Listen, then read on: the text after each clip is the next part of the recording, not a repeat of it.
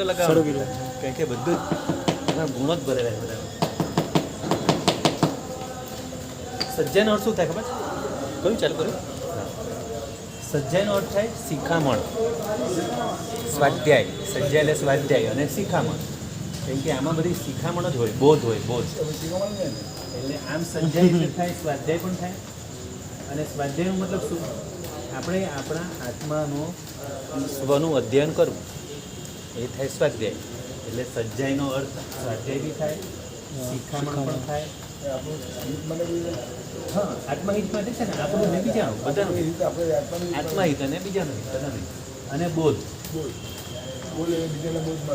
બોધ, બરાબર. આ ત્રણે ત્રણ અર્થ કરાય સજ્જાય. તો આપણે પહેલી ક્રોધની લઈએ છીએ, બરાબર. તો ક્રોધની સજ્જાય આપણે રાગ કોને આવડે છે ગાતા? બરોબર.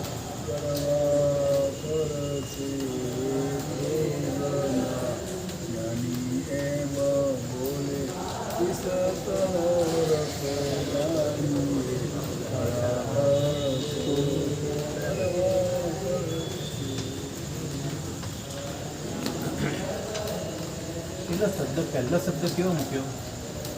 આના ફળ કેવા છે? કડવા. ક્યારે બી આનું મીઠું ફળ મળે નહીં. ક્રોધ કરે ને એને ફળ કડવું જ મળે. અને આ ભવ નહીં, ભવો ભવ રખડાવે એવું કડવું ફળ મળે. તો કડવા ફળ છે ક્રોધ નાની એમ બોલે રીસ તણો રસ જાણી હલાહલ જોડ. હલાહલ વિષ એટલે દુનિયામાં ભયંકરમાં ભયંકર વિષ તો હલાહલ. હલાહલ વિષનું એક ટીપું જીભને અડે એટલે ગયો માણસ, પૂરું. તો રીસ તણો રસ જાણીએ. રીસ એટલે ક્રોધ. ક્રોધનો રસ જાણી લો કે હલાહળ જેવો રસ છે. કેમ કે ક્રોધ આપણને ભવો ભવ હેરાન કરે છે. પેલું ઝેર તો ખાલી એક જ ભવ મારે આપણને, પણ આ ક્રોધ તો ભવો ભવ. અગ્નિશર્માનો દાખલો લઈએ. અગ્નિશર્માએ કેટલા માસક શ્રમ કરે, કેટલા માસક. પૂર્વ કરોડ વર્ષ સુધી. કેમ કે ત્યારે મહાવિદ્યમાં તો આયુષ્ય લાંબા હતા, 84 લાખ પૂર્વના, બરાબર. તો એને ક્રોધે ક્રોડ પૂર્વ તણું સંયમ ફળ જાય. આગળ શબ્દ આમ જ છે. એટલે આ બધા દાખલા એ લોકોના કે જે લોકો મોટા મોટા આયુષ્યવાળા હોય મહાવિદ્યમાં અને કરોડ પૂર્વ સુધી તપ કરે, પણ જો મનમાં ક્ષમતા ભાવ ન હોય અને આવો ક્રોધ ભરીને જો તપ કરે તો સંયમ ફળ ના, એટલે બધું એળે જાય. હા, તો જો આગળ કીધું છે ક્રોધે ક્રોડ પૂર્વ તણું સંયમ ફળ જાય. ક્રોધ સહિત તપ જે કરે તે તો લેખે ન થાય. આપણે ઉપવાસ કર્યો હોય, પણ જો ઉપવાસમાં આખા દિવસમાં સહેજ પણ ક્રોધ ન કર્યો તો આપણો ઉપવાસ સફળ. ક્ષમતા રાખીને, મોઢું પ્રસન્ન રાખીને. અને જો જરાક પણ ગુસ્સો કર્યો કોઈના પર બી કંઈ પણ બાબતમાં, કે ભાઈ જરાક પૂજાની લાઈનમાં કંઈક બોલાઈ ગયું દેરાસરમાં, કે કોઈને જરાક ઠેસ લાગી ગઈ ને કંઈક ખોણી લાગી, કોઈ ભૂલથી માર્યો જાણે જેમ ના મારે, તો આપણે એના પર ગરમ થઈ ગયા. એટલે આપણો ઉપવાસ, આપણે જે ઉપવાસ કર્યો, આટલો સરસ ઉપવાસનું પચકાન લીધું, આખો દિવસ ક્ષમતા રાખવાની, મનમાં બરાબર યાદ રાખ્યું હોય, સવારથી સાંજ સુધી યાદ રાખ્યું, બસ કંઈક એવું આવી જાય ને કે ગુસ્સો થઈ જાય. હા, કંઈ પણ, કાં તો આપણે ઈગોને ઠેસ લાગી ગઈ, કાં તો કોઈ આપણા માટે કોઈ ખરાબ શબ્દો કહી દીધા, કોઈ આપણા પર લાંછન લગાવી દીધું, કોઈ આરોપ મૂકી દીધો, આવું કંઈ પણ થઈ ગયું અને આપણું ઉપવાસ આખો ફેલ થઈ જાય. પ્રભુભાઈ, આજે આપણે સજ્જાઈ ચાલુ કરી છે. સકલારત તો પૂરું થઈ ગયું, તો આપણે ક્રોધની સજ્જાઈ પહેલી ચાલુ કરી છે. કડવા ફળ ક્રોધના પણ સાહેબ જ્યારે ક્રોધ આવે ત્યારે ખબર જ નથી આવતી. એ જ હમણાં મેં એ જ કીધું કે આપણે સવારથી ઉપવાસ પચકાન લીધું હોય અને ક્યાંક પૂજાની લાઈનમાં જરાક કોઈનો હાથ લાગી ગયો અને ત્યાં જ ગરમી ગભારામાં જ ગરમી ચાલુ કરી દઈએ આપણે, તો આપણું ફળ ખબર જ નથી. હા, એટલે જાગૃતિ, કંટ્રોલ નથી આવડે. જાગૃતિ રાખવાની, બહુ જાગૃતિ રાખવાની. કેમ કે આ સજ્જાઓ એના માટે બનાવી, પરિસ્થિતિ એવી આવી જાય છે ને કે ગમે એટલું કંટ્રોલ કરીએ ને તો નથી રહેતી જાગૃતિ. તમે તો મારા સાહેબના પ્રવચનમાં બી કીધું છે કે સારું એ ટાઈમે યાદ નથી રહેતું. તો બધા જ મહાત્માને કહું સાહેબ આ બધું ઘણું અને બધું તમે નહીં આ બધાના મનમાં આ જ પ્રશ્ન પ્રયત્ન બહુ કરી છે પાછા બધાના મનમાં આ જ ઘણી સવાલ વાર કહું હમણાં જ આવી વાત છે મહેન્દ્રભાઈ હતા એક વાત થઈ ગઈ સવારે નમોરી હંતાણા એકદમ પ્રભુભાઈ રાઈટ વાત છે બસ. પણ એ બરાબર છે પણ એ નમોરી હંતાણું પરિસ્થિતિ મીડિયમ હતી એટલે વિસ્ફોટ થઈ ગયો હોય ને તો નમોરી હંતાણું યાદ નથી આવતું ત્યારે તો પછી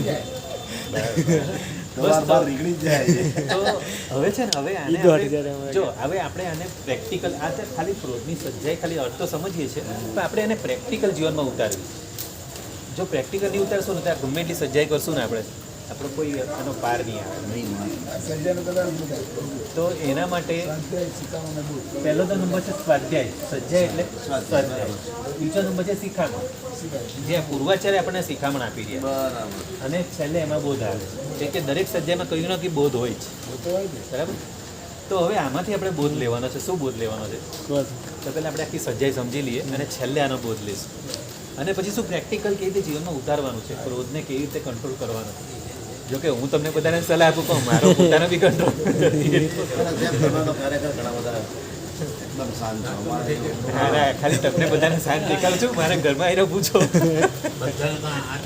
હકીકતમાં સાચી વાત કરું સાહેબ સાચી વાત કરું ઘરમાં તો મને લાગે 90-95% પ્રોબ્લેમ રહેતો જ લાગે છે અને એની પાછળનું એક કારણ છે સાંભળો કે 24 કલાક રહેવાનું એક ઘરમાં એટલે એમાં ગમે ત્યારે બાબત ગમે ને બૈરાને છે છોકરાને છે બીજાને કંઈક ને કંઈક એવું તો પડતું જ રહે. ખટપટ થાય. કંઈક એવા સંજોગો રેગ્યુલર આવતા જ રહે. એ ટાઈમે જાગૃતિ રહેતી નથી એટલે એ તો મારો પોતાનો અભિપ્રાય. એટલે હું તો મૌન કેટલું રાખું છું આ ક્રોધને કંટ્રોલ કરે ઘરમાં મૌન રાખું છું સવાર સવાર ઉઠતાની સાથે મૌન લઈ લઉં છું મને પણ આ પ્રતિક્રમણ કરવા આવું કે રેશિયનમાં તો બધા પ્રભુ ભાઈ તમે તમારો સ્વભાવ કેટલો સરળ કેટલા શાંત એટલે આ ભાઈનો એટલે બહાર આપણે તો મારા વાઈફને એ જ કહું મેં કીધું મને કહું તો અહીંયા કેમ તમે એમ નથી કરતા કે આપણા બધાને રૂપ છે ને આપણે બધાને ડબલ રૂપ આપણું બહારનું રૂપ જુદું અને ઘરનું રૂપ જુદું એ તો ઘરવાળા જાણતા હોય આપણને સીધોડમાં ચોમાસું કર્યું ત્યાં કને 450 આરોગ્ય વર્ષા ઉદ્યાનમાં તો બધા એમ કે પ્રભુભાઈ તને તો આમ કે કેટલા રસ્તા નહોતા બધાને કેવા બધાને સંભાળી લો છો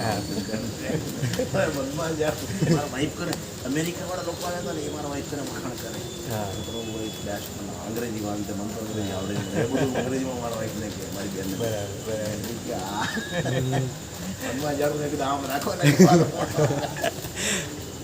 એવું છે મને ખબર ઘરે નથી રહેવાતું છે તો આમાં શું કીધું છે કડવા ફળ છે ક્રોધના હા જો આમાં શું કીધું છે કડવા ફળ છે જ્ઞાની એમ બોલે આમાં શું કીધું છે જ્ઞાની એમ બોલે જ્ઞાની એટલે શું કેવળ જ્ઞાની શું બોલે છે કેવળ જ્ઞાની કડવા જ્ઞાની એમ બોલે એટલે એ રીતે બોલે છે અને શું કહે છે કે ભાઈ આ ફળ આના બહુ કડવા છે ખાલી જો અને એનો પછી આપ્યો છે સેમ્પલ એક્ઝામ્પલ આપ્યું છે કે રીસ તણો રસ જાળીએ હલાહલ તોડ એટલે હલાહલ ઝેર એટલે દુનિયાનું ભયંકરમાં ભયંકર ઝેર હલાહલ અને હલાહલની તોલે એને મૂક્યું છે પણ હું તો કહું છું એનાથી પણ વધારે છે કે હલાહલ વિષ તમને એક જ ભાવનો તમારો ભોગ જી લેશે. હા હું એ જ કહેતો. ખાલી એક જ તમારો જીવ એક જ વખત જશે હલાહલ પણ આ કડવા ફળ આના એવા છે ને કે દુર્ગતિ ચંડકોશિકની હાલત કેવી થઈ ચંડકોશિકની હાલત કેવી થઈ એનાથી બી આગળ અગ્નિશર્માની હાલત કેવી થઈ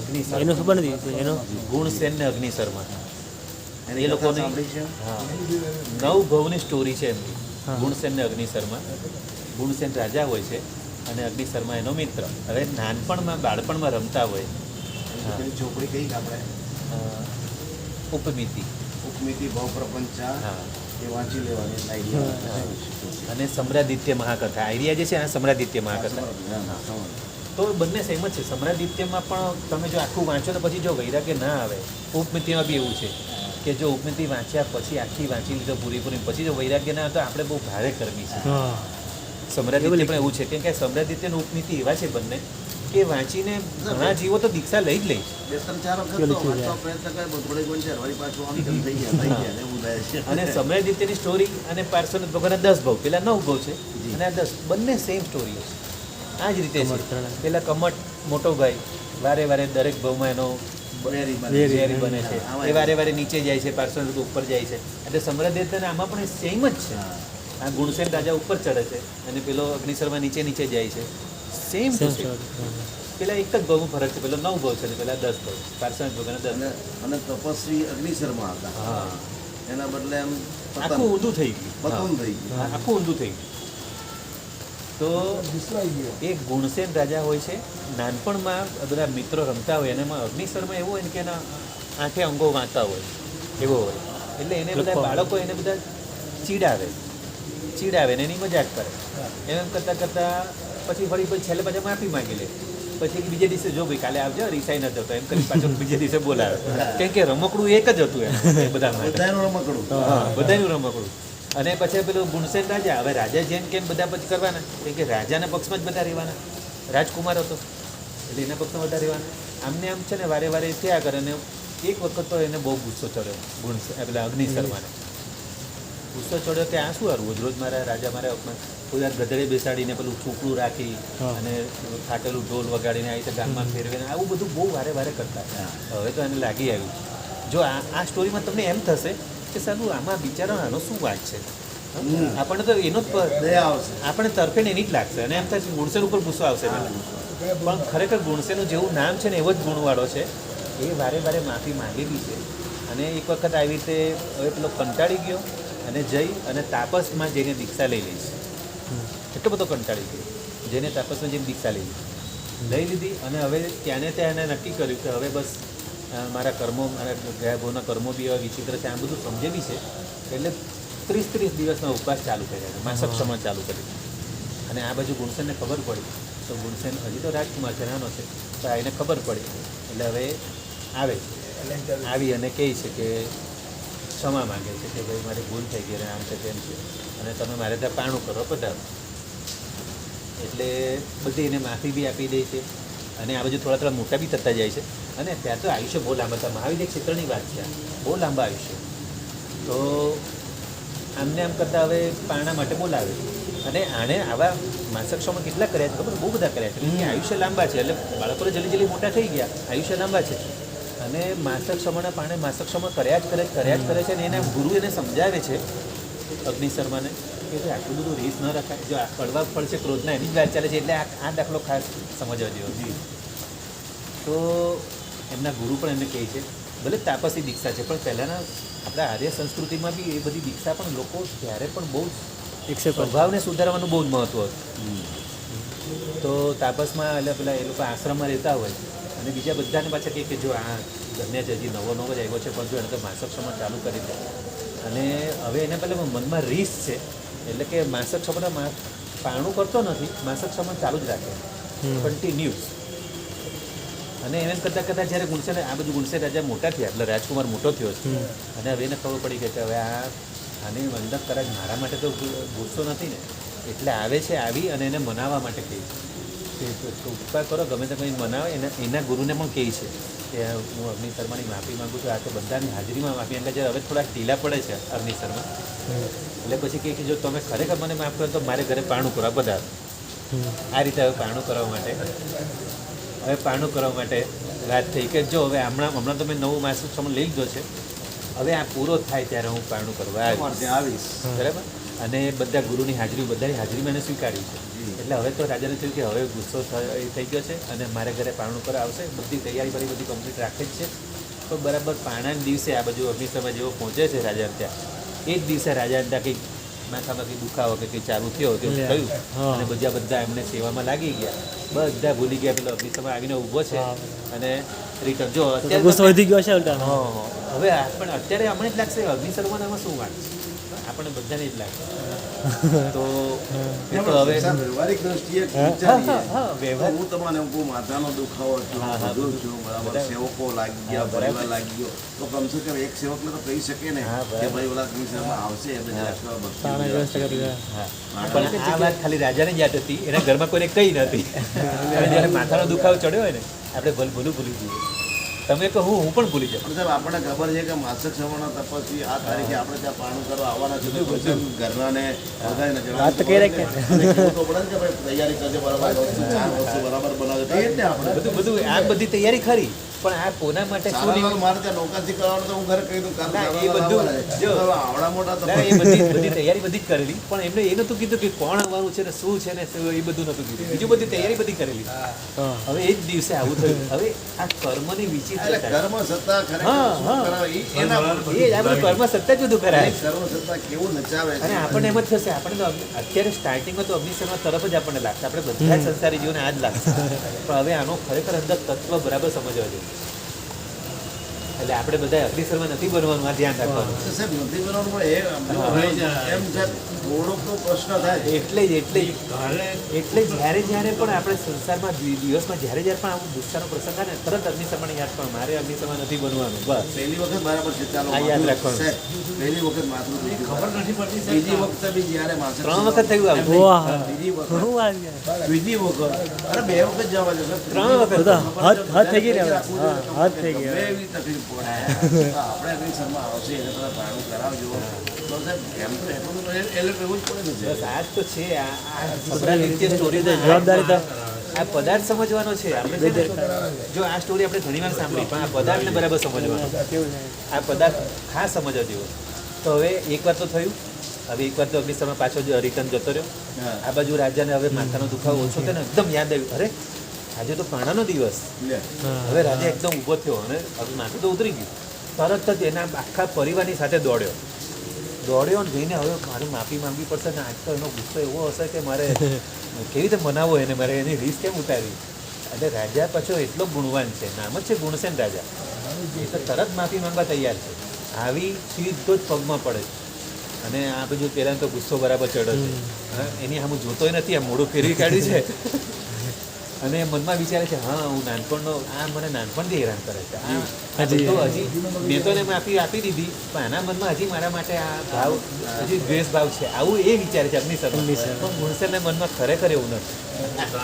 એના મનમાં કંઈ નથી. ખરેખર આખો લાંબો થઈને સાષ્ટાંગ દંડવત પગે લાગે છે, કેમ કે એ લોકો તો આ રીતે જ લાંબા થઈને પગે લાગતા હોય. અને ખાલી બધાની હાજરીમાં પાછા એમના ગુરુને બી કહે છે, ભાઈ અમને અગ્નિશર્મા બનાવો, મારી ભૂલ થઈ ગઈ, આ મારું માથું ચડેલું બધું કીધું.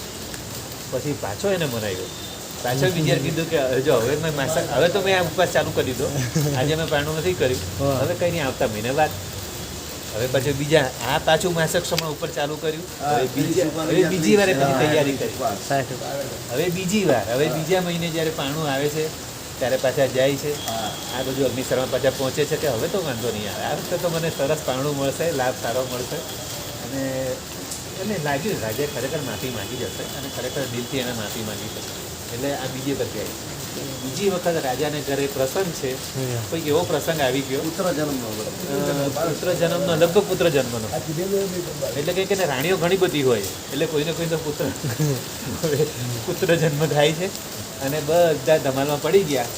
અગ્નિશર્મા આમ કોણ છે બીજી વાર આવીને બિચારા બરાબર દરવાજે આવીને ઊભા છે ને જોયું દરવાજો. જો આ લોકોમાં બી દરવાજો ખખડાવતા નથી. ભલે આપણા જૈન સાધુ નથી, પણ દરવાજો ખખડાવતા નથી. જોઈએ છે બધું, બધા ધમાલમાં છે. પાછા રિટર્ન.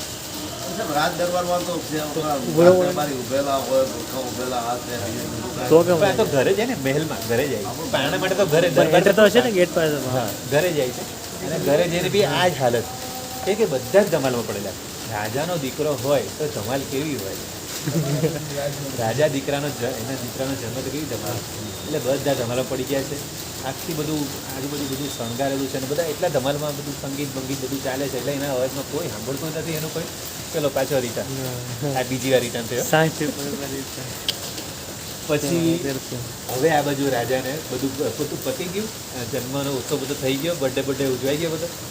હવે પાછું રાજાને યાદ આવ્યું, અરે આજે કયો દિવસ છે. રાણીને બધાને પૂછે કે અરે આજે જ આવું થવાનું હતું. અરે આ શું થયું. પાછો દોડ્યો રાજા, પાછા પરિવાર સાથે, પેલા બાળકને લઈને, કે આજે જન્મેલો બાળક છે એને પણ લઈને હાથે દોડ્યા. અને હવે તો આ વખતે તો એટલી દિલથી માફી માંગે છે કે અરે મારી ભૂલ થઈ ગઈ, બસ એક જ વખત, હવે આ વખતે મને માફ કરતો. હવે આપણે ભૂલ કરી છે, દિલથી માફી માંગે, પણ અગ્નિશર્મા તો એટલા બધા બરાબરના તપી અકળાઈ ગયા. બહુ તપ્યા છે આ વખતે તો, એટલા તપ્યા છે અગ્નિશર્મા. હવે તો એટલો ગુસ્સો કર્યો છે માનવા જ નથી. પણ હજી ત્રીજી વખત માફ કરે છે. આ ત્રીજી વખત બી એના ગુરુના કહેવાથી, કેમ કે એમના ગુરુના કહેવાથી કે ચાલ ભાઈ ગુરુની આજ્ઞા છે તો ત્રીજી વખત માફ. પણ આ છેલ્લી વખત કહી દીધું કે આ છેલ્લી વખત માફ કરું છું, હવે હું માફ નહીં કરીશ. હવે ત્રીજી વખત, હવે પાછું માસક્ષમાં, હવે ત્રીજી વખત એમના ઘરે જાય. હવે ત્રીજી વખત ફરી પાછો કોઈક નવો પ્રસંગ આવ્યો. હવે ત્રીજો પ્રસંગ તો શું છે યાદ નથી, મને બી યાદ નથી, તમને યાદ હશે તો. ના યાર. તો ત્રીજી વાર બી કંઈ એવો જ કંઈ મોટો પ્રસંગ છે અને આ વખતે પણ આવું થયું. હવે તો અગ્નિશર્માનો ક્રોધ હવે 7મા આસમાને પહોંચી ગયો છે. હવે કોઈનું માનવાનું નથી. હવે આ સાહેબ, વખતે સ્વાભાવિક છે કે પછી તો લોકોને પોતાના કોઈ પણ વ્યક્તિને ક્યાં સહન લાગે કે કરવાની? આ તમને જાણીને મને આપણને બધાને આવું જ લાગે કેમ કે આ વખતે તો બધાને એમ લાગે કે નહીં આમાં વાંક રાજાનો જ છે. પણ આપણે હવે આની સામે પદાર્થ સમજવાનો છે કે રાજા આટલું મોટું રાજ્ય લઈને બેઠા હોય અને આટલા બધા કામ હોય કંઈનું કંઈ આવ્યા જ કરે. અને આ બધો કર્મોનો એ બંનેનું એકબીજાનું જે ઋણાનુબંધ હોય. પણ તો સાહેબ આટલું બધું હોય તો વિનંતી કરવાનું કોણે કીધું? ખાલી માફી માંગી લેવી છે. પણ રાજા લોકોને આ સિસ્ટમ હોય કે વિનંતી બી કરે, માફી બી માંગે અને માફી માંગીને પછી એમ કહે કે જો તમે મને ખરેખર માફ કરો તો મારા ઘરે પધારજો. ત્યાં પેલું ગાંઠ નીકળી જાય, વેરની ગાંઠ નીકળી જાય એટલા માટે. તો તમે મને એક લાફો મને મારો અને બીજા તમે પાછો બીજો મારો. બસ હવે આવું જ થાય. અગ્નિશર્મા આવું જ વિચારતો હતો કે આ રાજા તો આવું જ કરે છે કે નાનપણમાં મારી મજાક બહુ કરતો હતો અને અત્યારે બી એ મને ભૂલ્યો નથી, હજી બીના મનમાં વેર છે. હવે આ વખતે એણે એવું રીસ ચડી છે કે હવે એ પારણું કરવાનું જ નથી. એણે અનશન લઈ લીધું, જીવનભરનું અનશન લઈ લીધું અને આયુષ્ય કેટલું લાંબુ. જો હવે આમાં આની જે બીજી જે કડી છે એમાં જ કીધું છે રીસતાણો. હા રીસ એ તો બરાબર રીસ તમારો રસ્તે આવે રાખીએ. હવે એના પછીની જે બીજી ચાલુ થાય છે ક્રોધે ક્રોડ પૂરવતણું સંયમ ફળ જાય. એટલે સંયમ એટલે એવું નહીં માનવાનું કે ખાલી આપણી જે જૈન દીક્ષા જેને સંયમ એ લોકો પણ સંયમ પાડે છે. તાપસ દીક્ષા પણ દીક્ષા. સંયમનો અર્થ શું છે? સંયમનો અર્થ કે કંટ્રોલ, પોતાના પર કંટ્રોલ રાખવો. વૃત્તિ ઉપર કંટ્રોલ. બસ પોતાના પર કંટ્રોલ કરવો. બરાબર. 5 ઇન્દ્રિયો ઉપર કંટ્રોલ કરવો એ જ સંયમ. હવે આ જે શબ્દ કીધો છે ને ક્રોધે ક્રોડ પૂરવતણું સંયમ ફળ જાય. કેમ કે એ ટાઈમે આ બધા અગ્નિશર્મા વખતના મહાવિદ્ય ક્ષેત્રમાં બનેલું છે ને ત્યારે આયુષ્ય લાંબા હતા. એટલે એણે એટલા બધા માસક્ષમણ કર્યા છે, કન્ટિન્યુઅસ ચાલુ રાખ્યા છે. હવે પારણું કરતો નથી પણ આના મનમાં એક પેલી જે રીસ ઘૂસેલી છે ગુણસેન પ્રત્યે એ રીસ સહિત તપ કરે છે. એટલે શું કીધું? ક્રોધ સહિત તપ જે કરે તે લેખે ન થાય. હવે આ ખાલી અગ્નિશર્માનો નહીં, આવા આપણા બધાનો દાખલો છે, સમજી લેજો. ખાલી અગ્નિશર્માને આપણે નિંદા નથી કરવાની, આપણા બધાનો દાખલો છે કે આપણે જે કંઈ બી તપ કરીએ છીએ જો ક્રોધ સાથે કરીશું તો કોઈ મતલબ નથી. તપ કરીએ ક્ષમતા રાખી ઘટમાં. બરાબર? ઘટમાં એટલે આપણા અંતરમાં ક્ષમતા ભાવ રાખીને જ તપ કરવું, ને તો ન થાય તો નહીં કરવું, પણ ક્રોધ કરવો નહીં. હવે અમારા જેવાને પાઠશાળા ભણાવવાની હોય તો પાઠશાળામાં બાળકો બહુ અવાજ કરે તો થોડુંક કડક થઈને બોલવાનું ખરું, પણ કેવું રાખવાનું? જેમ કે કુંભાર હોય, કુંભારનો હાથ અંદર હોય માટલાને ટીપે કે માટી જ્યારે ભીની હોય અને ઉપરથી પેલું ટીપણાથી કરે, પણ જો અંદર હાથ રાખ્યા વગર ટીપે તો શું થાય? માટલામાં સીધો ગોબો પડી ગયો. એટલે અંદર એનો હાથ હોય. એટલે અમારે બી આ રીતે અંદર હાથ રાખવાનો. અંદરથી તો મૈત્રી ભાવ જ હોય, પણ ઠીક છે બાળકોને કડક શબ્દોમાં કેવું પડે. કેમ કે સામે બીજી આજુબાજુ પ્રતિક્રમણ ચાલતા હોય, કોઈને ડિસ્ટર્બ ન થાય, આજુબાજુ ઘરમાં કોઈને ડિસ્ટર્બ ન થાય, એટલે બાળકોને કંટ્રોલ બી રાખવા પડે. પણ એ જે ઉપરથી ક્રોધ કરવાનો એ નથી, આપણે અંદરથી ક્રોધ નથી કરવાનો. એ રીતે ઘરમાં બી કંઈક વ્યવસ્થા માટે કંઈ બોલવું પડે, પણ એ બોલવા પૂરતું બોલવાનું, વ્યવહાર પૂરતું, ખાલી ફરજ પૂરતું બોલવાનું.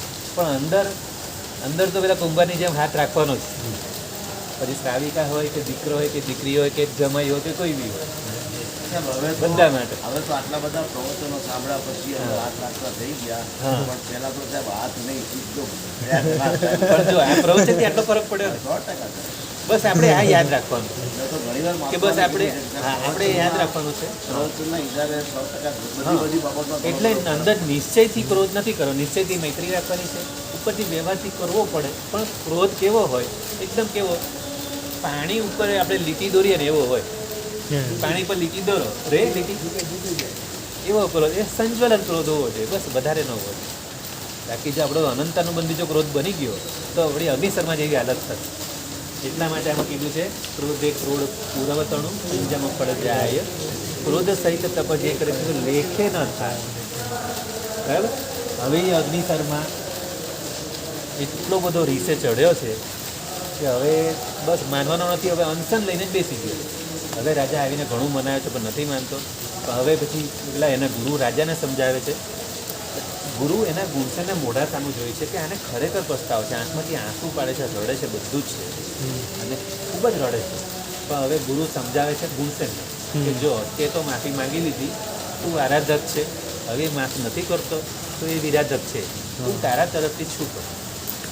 અમને બધાને દેખાય છે કે તારા દિલમાં ખરેખર સાચું પ્રાયશ્ચિત છે, પણ હવે એના મનમાં હવે સમજાવવો અઘરો છે, નથી સમજે. તો એને અનશન લઈ લીધું છે. હવે અનશન કરી અને એવો ને એવો જ દુર્ગતિમાં જાય છે, રૌદ્ર ધ્યાન ધરી નરકમાં જાય છે.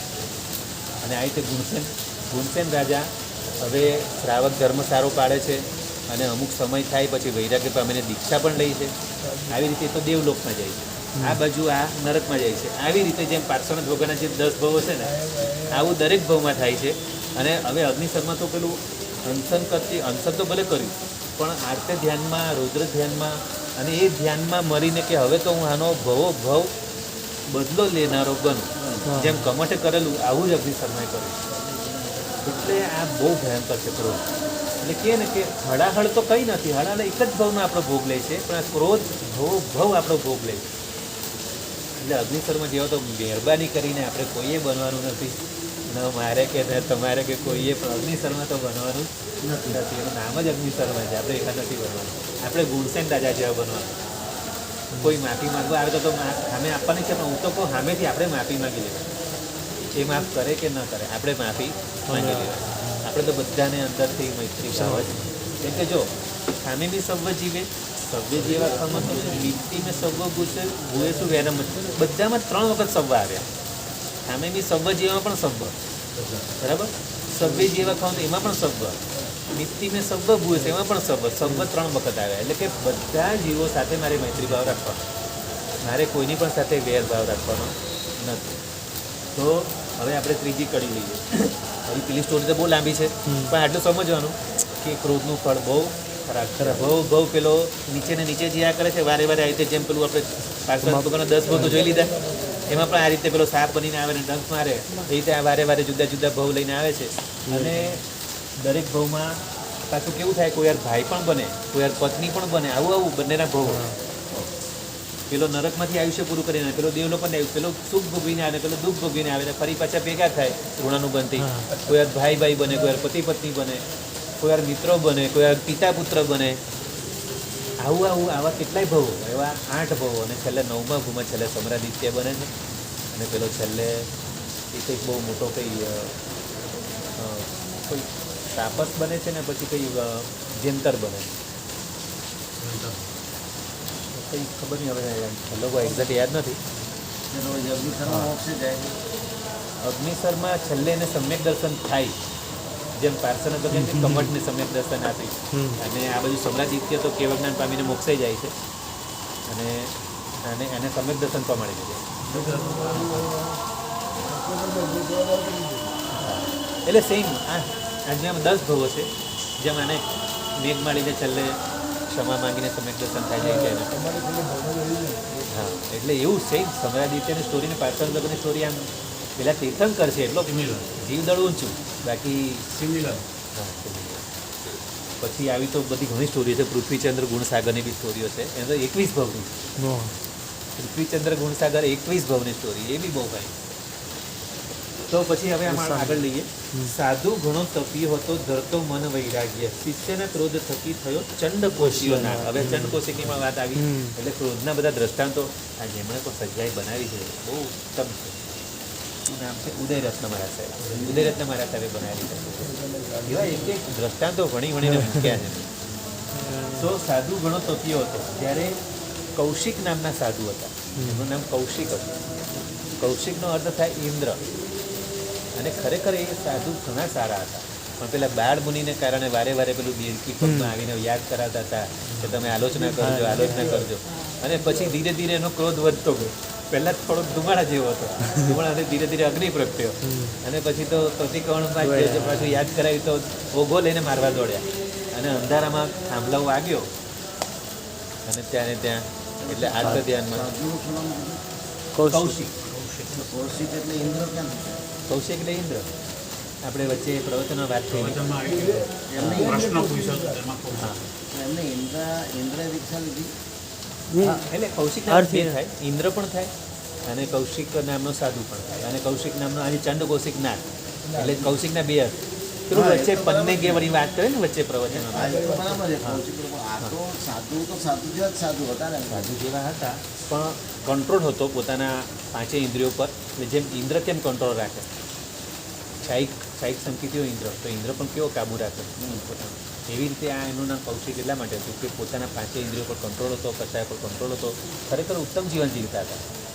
અને પછી એક દિવસ આવું થયું, આજે ચોમાસાના સમયમાં એક નાની દેડકી પગ નીચે આવી અને પેલા બાળકોની સાથે હતા.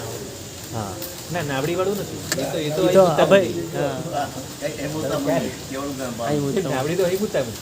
તો પણ એમનું છે નાની દેડકી પગ નીચે. જો સંકિત દ્રષ્ટિ હોય હા હા તો પછી આટલો બધો ક્રોધ. હા, પહેલા ભયંકર નતો. સાંભળો પહેલા તો સાંભળે જ ક્રોધ હતો. પછી એ થયો પણ પછી બે ત્રણ ભાવ પછી વધ્યો આ ક્રોધ. કીર્તનને હતું જ ને. પછી બી પછી હશે. પછી એ જો આટલો બધો ક્રોધિત હા, થાય પણ છે. આ ક્રોધ તો જો ક્રોધ કેવું છે, સંકિતને પણ વમાઈ દે, ડગાવી દે સંકિતને પણ વમાઈ દે. એની તો વાત છે. આપણે વીર પ્રભુની વાત કરો ને, વીર પ્રભુને સંકિત તો હતું જ ને, નૈસાના ભાવમાં સંકિત પામેલા હતા બરાબર?